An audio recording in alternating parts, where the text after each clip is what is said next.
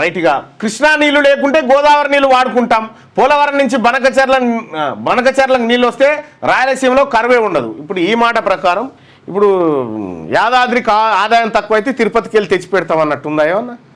పెడతావా అట్లా? ఇప్పుడు యాదాద్రి ఆలయానికి ఆదాయం తక్కువ అయితే తిరుపతికి వెళ్ళి తెచ్చి పెడతామా? ఇప్పుడు కృష్ణాలో తక్కువ అయితేనే గోదావరికి ఏం తీసుకుంటా అంటున్నారు కదా. మంచిగా ఉన్నది కథ. పోలవరం నుంచి బనకచెర్లకు నీళ్ళు వస్తే రాయలసీమలో కరువే ఉండదు. కరువు ఆడేందుకుంటే నీరు ఉంటుంది. అంతే, తెలంగాణ నిండుతుంది. శ్రీశైలం ప్రాజెక్టు వద్ద కృష్ణమ్మకు జలహారతి నిర్వహించబోతా ఉన్నారట. ఇక్కడ కృష్ణానదిలో నీళ్లు లేకుంటే గోదావరి నీళ్లు వాడుకుంటామని ఏపీ ముఖ్యమంత్రి చంద్రబాబు నాయుడు గారు చెప్తా ఉన్నారు. వాడుకుంటాం జర బదలు.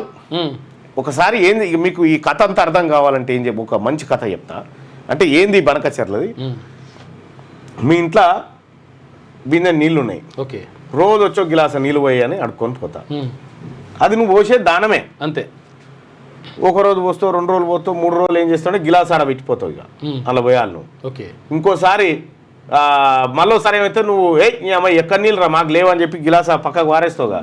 ఈయన 4గురిని తీసుకొని వచ్చి ఇన్ని రోజులు నీళ్ళు ఎక్కడి నుంచి తాగినా నేనే పోసిన, మరి ఇవాళ ఎందుకు పోయావు? డిమాండ్ కాడికి వచ్చింది కదా. అవి అట్లా వస్తుంది అన్నట్టు. ఈ మెల్లగా జర్రని వాడుకుంటే వారి నుంచి బాధప్త వాడుకునే దాకా రావాలి, కాడికి వెళ్ళి హక్కుగా మారే అవకాశం ఉంటుంది అనేది తెలంగాణ పంచాయతీ.